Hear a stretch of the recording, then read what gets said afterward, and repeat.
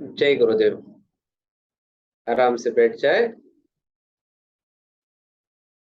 पेट को सीधा रखिए, 3 बार ओंकार करते हैं, आंखें बंद कर लीजिए, गहरी श्वास भरे।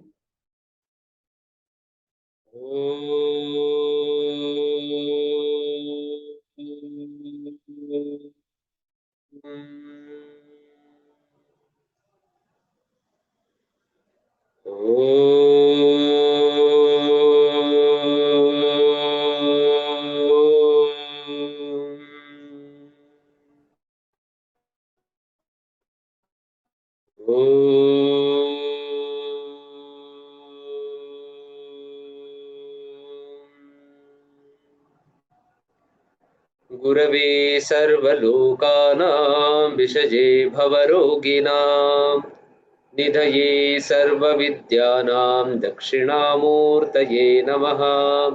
गुरुर्ब्रह्मा गुरुर्विष्णु गुरुर्देवो महेश्वरः, गुरुः साक्षात् परं ब्रह्म तस्मै श्रीगुरवे नमः। ईश्वरः परमः कृष्णः सच्चिदानन्दविग्रहः अनादिरादिगोविन्दः सर्वकारणकारणम्। जय गुरुदेव। तो आज हम आंवले के वृक्ष की उत्पत्ति और उसका महात्म्य के बारे में सुनते हैं।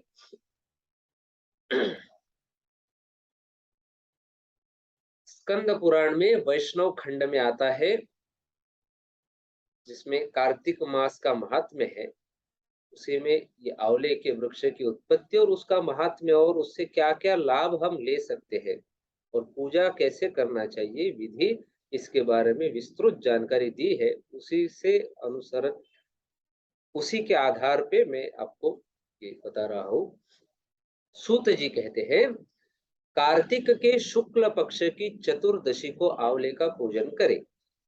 कार्तिक मास के शुक्ल पक्ष के चतुर्दशी तिथि को आंवले का पूजन करें, माने पूर्णिमा के एक दिन पहले। आंवले का महान वृक्ष सब पापों का नाश करने वाला है। उक्त चतुर्दशी का नाम वैकुंठ चतुर्दशी है। कार्तिक मास के शुक्ल पक्ष की जो चतुर्दशी आती है उसको वैकुंठ चतुर्दशी बोलते हैं। उस दिन आंवले की छाया में जाकर मनुष्य राधा सहित देवेश्वर श्री हरि का पूजन करे। तदनंतर आंवले की 108 प्रदक्षिणा करे। आंवले के पेड़ की 108 प्रदक्षिणा करना चाहिए।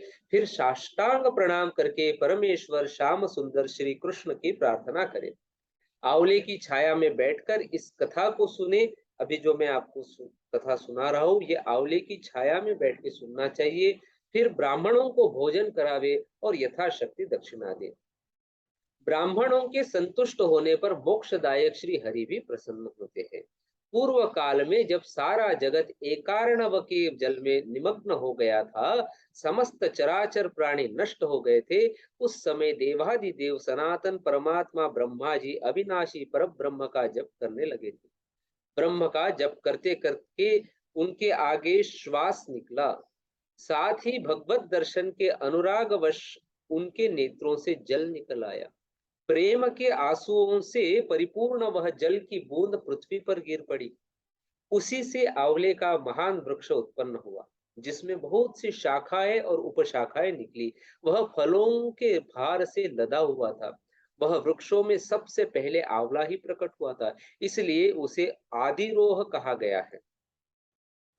ब्रह्मा ने पहले आंवले को उत्पन्न किया, उसके बाद समस्त प्रजा की सृष्टि की। जब देवता आदि की भी सृष्टि हो गई, तब वे उस स्थान पर आए जहां भगवान विष्णु को प्रिय लगने वाला आंवले का वृक्ष था। उसे देखकर देवताओं को बड़ा आश्चर्य हुआ। उसी समय आकाशवाणी हुई, यह आंवले का वृक्ष सब वृक्षों से श्रेष्ठ है, क्योंकि यह भगवान विष्णु को अति प्रिय है। इसके स्मरण मात्र से मनुष्य गोदान का फल प्राप्त करता है। इसके दर्शन से दुगुना और फल खाने से तिगुना पुण्य होता है। इसलिए सर्वथा प्रयत्न करके आंवले के वृक्ष का सेवन करना चाहिए, क्योंकि वह भगवान विष्णु को परम प्रिय एवं सब पापों का नाश करने वाला है। अतः समस्त कामनाओं की सिद्धि के लिए आंवले के वृक्ष का पूजन करना उचित है।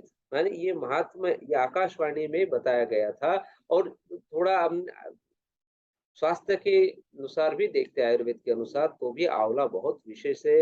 विटामिन सी और अन्य पोषक द्रव्य उसमें पाए जाते हैं जो शरीर के लिए अति आवश्यक है। जो मनुष्य कार्तिक मास में आंवले के वन में भगवान श्री हरि की पूजा तथा आंवले की छाया में भोजन करता है, उसका पाप नष्ट हो जाता है। आंवले की छाया में वह जो भी पुण्य करता है वह कोटि गुना हो जाता है। प्राचीन काल की बात है, कावेरी नदी के उत्तर तट पर देव शर्मा नाम से विख्यात एक श्रेष्ठ ब्राह्मण थे, जो वेदांगों के पारंगत विद्वान थे। उनके एक पुत्र हुआ जो बड़ा दुराचारी निकला। पिता ने उसे हित की बात बताते हुए कहा, बेटा, इस समय कार्तिक का महीना है जो भगवान विष्णु को बहुत प्रिय है।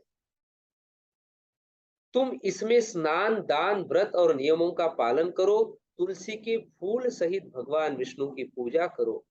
तुलसी के फूल माने वो ऊपर आता है ना मंजूला, उसके साथ भगवान विष्णु की पूजा करो।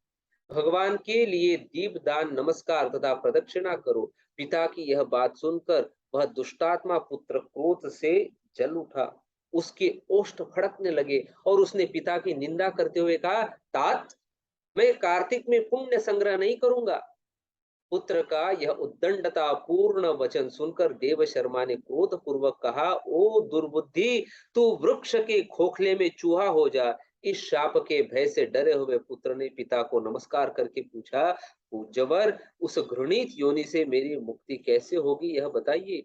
इस प्रकार पुत्र के द्वारा प्रसन्न किए जाने पर ब्राह्मण ने शाप निवृत्ति का कारण बताया। जब तुम भगवान को प्रिय लगने वाले कार्तिक व्रत का पवित्र महात्म्य सुनोगे, उस समय उस कथा के श्रवण मात्र से तुम्हारी मुक्ति हो जाएगी। पिता के ऐसा कहने पर वह उसी क्षण चूहा हो गया और कई वर्षों तक सघन वन में निवास करता रहा। एक दिन कार्तिक मास में विश्वामित्र जी अपने शिष्यों के साथ उधर आ निकले तथा नदी में स्नान करके भगवान की पूजा करने के पश्चात आंवले की छाया में बैठे। वहां बैठकर वह अपने शिष्यों को कार्तिक मास का महात्म्य सुनाने लगे। उसी समय कोई दुराचारी व्याध शिकार खेलता हुआ वहां आया। वह प्राणियों की हत्या करने वाला तो था ही, ऋषियों को देखकर उन्हें भी मार डालने की इच्छा करने लगा। परंतु उन महात्माओं के दर्शन से उसके भीतर सुबुद्धि जाग उठी। उसने ब्राह्मणों को नमस्कार करके कहा, आप लोग यहाँ क्या करते हैं? उसके ऐसा पूछने पर विश्वामित्र बोले, कार्तिक मास सब महीनों में श्रेष्ठ बताया जाता है।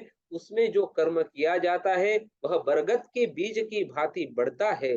जो कार्तिक मास में स्नान, दान और पूजन करके ब्राह्मण भोजन कराता है, उसका वह पुण्य अक्षय फल देने वाला होता है।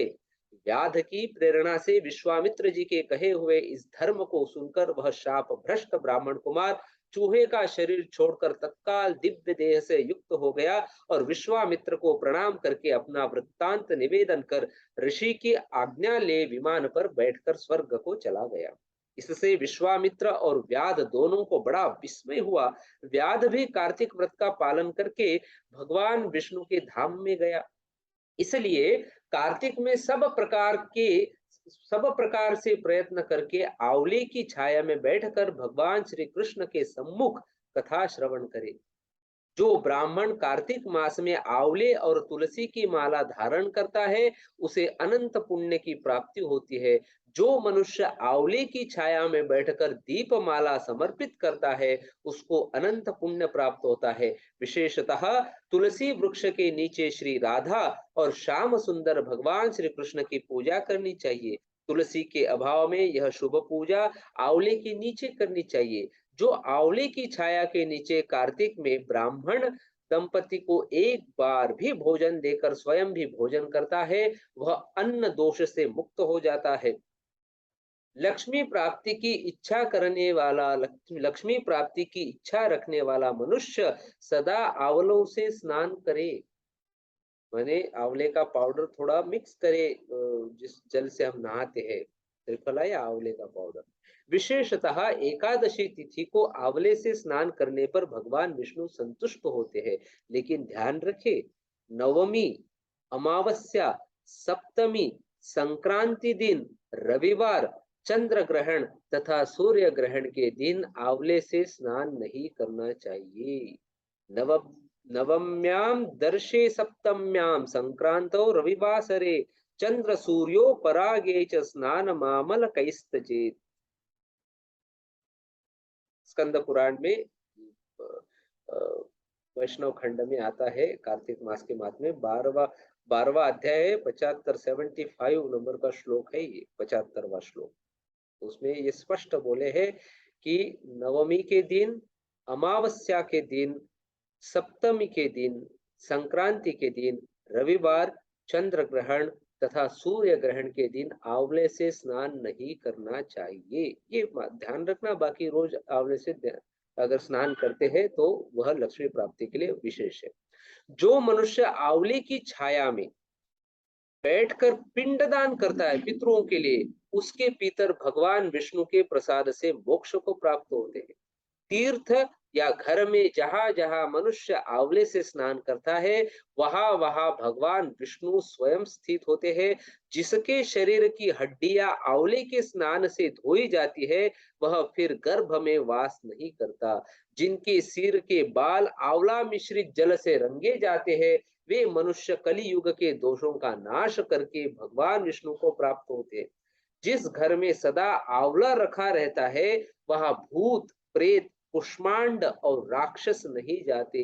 जो कार्तिक में आंवले की छाया में बैठकर भोजन करता है, उसके 1 वर्ष तक अन्न संसर्ग से उत्पन्न हुए पाप का नाश हो जाता है। तो यह कार्तिक मास में बहुत विशेष महात्म्य रखता है आंवले का पेड़। तो इसमें जो भी जानकारियां दी है, जहां तक संभव हो जीवन में फॉलो करें। रोज एक आंवला खाना चाहिए। आंवले का मुरब्बा वगैरह बनाते हैं, लेकिन शक्कर नहीं डालना, उसमें थोड़ा गुड़ वगैरह डाल के बनाना चाहिए। शक्कर हानिकारक है शरीर के लिए।